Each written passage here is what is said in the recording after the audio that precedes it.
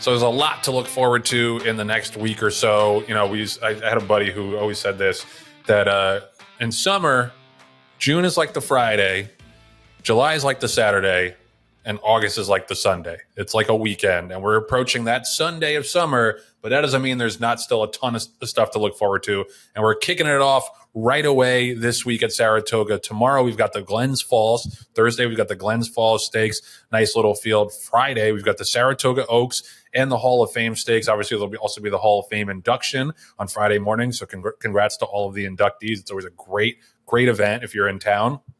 And then Saturday is the Whitney Day, one of the best racing cards on the calendar. And the Whitney came up a very, very competitive race. And you love to see it. You know, we talked about how there really aren't many standouts in the older male division. And this is how the races should be when there are no standouts. Everybody throws their hat in the ring, trying to get ahead in the race for the championship, for the older mare championship. We've got 12 horses, very wide open race. National Treasure for Bob Baffert and the Super Friends, or the Avengers or whatever, is the favorite on the morning line at 9-5. And he's a legitimate horse. He ran great in the Met Mile, crushed his opposition by 6 1/4 lengths. Obviously won the Pegasus World Cup earlier this year, just missed beating Cody's Wish in the Dirt Mile last year, ran a respectable fourth in the Saudi Cup.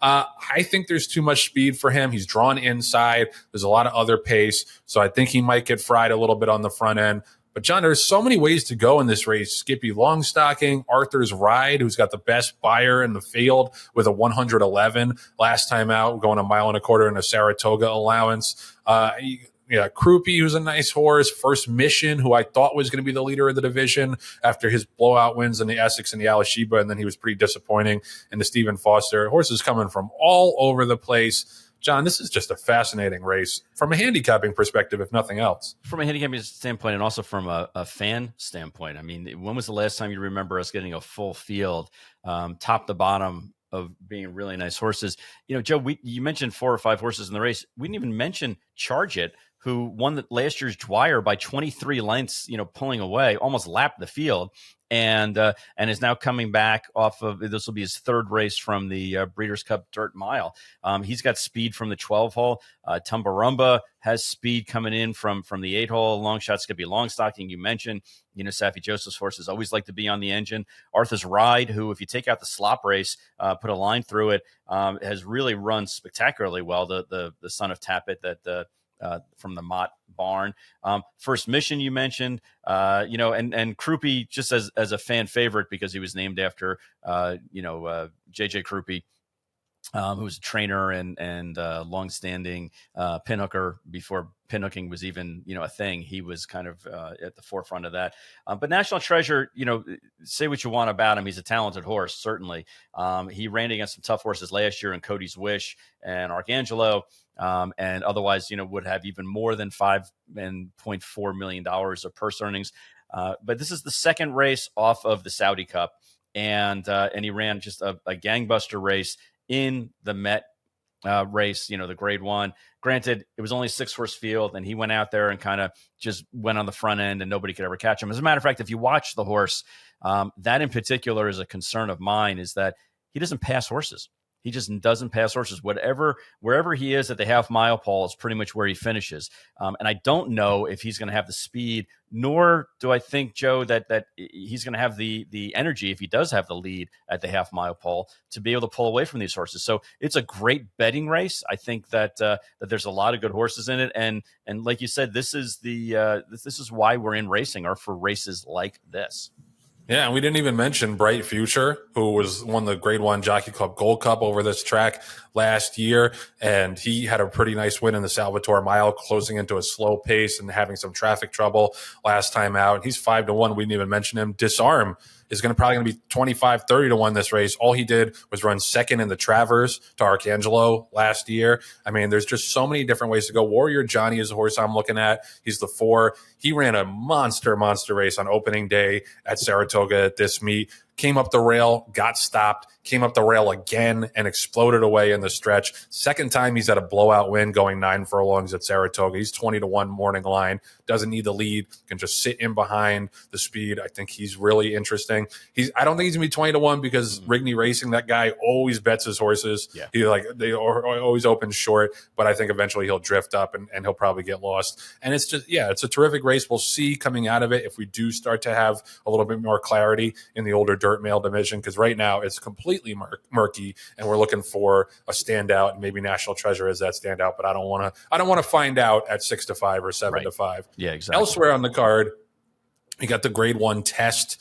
Only 6 horses, but a nice little field. Ways and Means coming off of the big blowout allowance win, won by 8 1/4. Got a 104 buyer. That was on Belmont Stakes weekend. Is in there, probably going to be a pretty prohibitive favorite. So we'll see if that race was for real. But we had Denim and Pearls as well, who had a huge win in the Beaumont earlier this spring. Emery, who's 4 for 5 for Brad Cox, just won the Victory Riot last time out. So you do have some quality there. The Saratoga Derby Invitational, we've got Carson's Run in that race. Aiden O'Brien's bringing over a nice Frankel colt, who probably is going to be the favorite, and deservedly so. So that's a nice field. And then potentially the fastest horse in the world is also on the card in the Grade 2 Troy Stakes. We're going to see Cogburn try to make it 3 in a row, 107 buyer, 2 back, 111 buyer last time out, ran 5 furlongs in under a minute. North American Stakes record.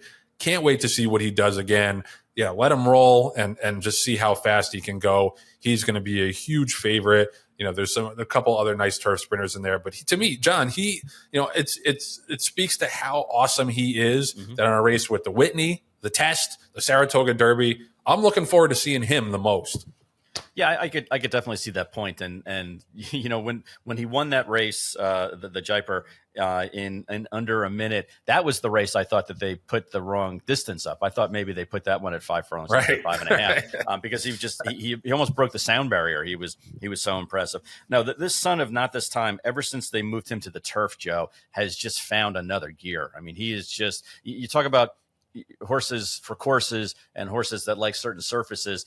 It's not that Cogburn was a schlub. I mean, he was running and winning and placing in Grade 3s and kind of the undercard races. And then he put him on the turf at Lone Star, and he has been basically unbeatable. Save for a race that he lost at Kentucky Downs by 3/4 of a length, he has hit the wire first in every single turf sprint that he's run in. And they haven't been easy races. It's not like in the turf sprint at Churchill Downs, he was 9-1. In the Jaipur with the 12-horse field, Joe, he was still 2-1. I mean, he was the favorite, but he was a very cool favorite, which means to me that there were a lot of good horses in that race in particular. This is a Grade 2, so it's technically a step down in accordance with what he ran last time. But as far as eyeballs on the screen when certain races go, I'm definitely going to be watching the Troy, which probably has never come out of my mouth other than if we ran a horse in there. It's just that kind of a must-see TV race. And again, we go back to the Appleby point of him bringing Mischief Magic overseas. This is the kind of race that he shoots for as a stepping stone for the Breeders' Cup Turf championship in November. So don't fall asleep on the one horse in this race either. But I'm actually impressed, Joe, because you're a better man than I in a lot of reasons, and we can sit here for 45 minutes and list those reasons. But it's obvious to the audience what those reasons are. You have not one but 2 horses in the Grade 1 Saratoga Derby Invitational with Cugino and Carson's Run. And you kind of glossed over that race. For me, that would be the beginning and the end of this conversation of what the important races are this weekend at Saratoga. It's the Saratoga Derby.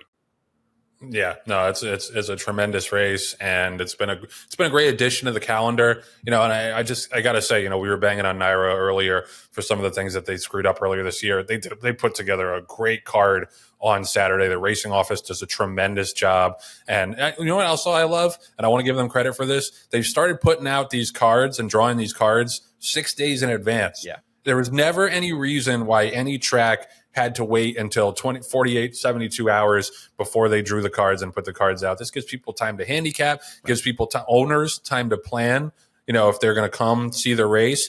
That's something I think has been a major positive development at NYRA, is drawing these cards so early. Yep, and I'll take full credit for that, Joe, because we started that. We started what a surprise. that process at Gulfstream. The Florida Horsemen started that over a year and a half ago, when we insisted on them drawing a week in advance, especially with all the HISA rules and everything like that. If the horses are going to be off medication and we need to go through all of the administrative work in order to make sure that they're eligible for racing, we wanted to give the trainers and the owners, as you mentioned, as much time as possible to make their plans, make their travel plans. Some people say, well, it gives people too much time to look at a race and figure out whether or not they're going to run, if they're going to run in it or not.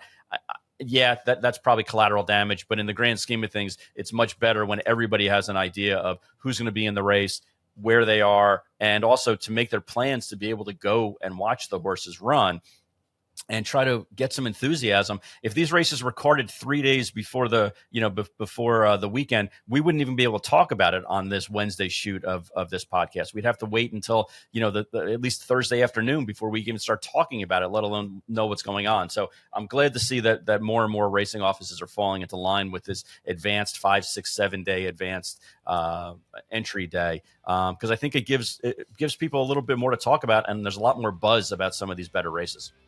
Yeah, well, it's a great weekend because, as we said, it leads into the Fasig-Saratoga sale. Yeah. So it's a really tremendous 4 or 5 days of racing and sales and just the best of Saratoga. Can't wait for it.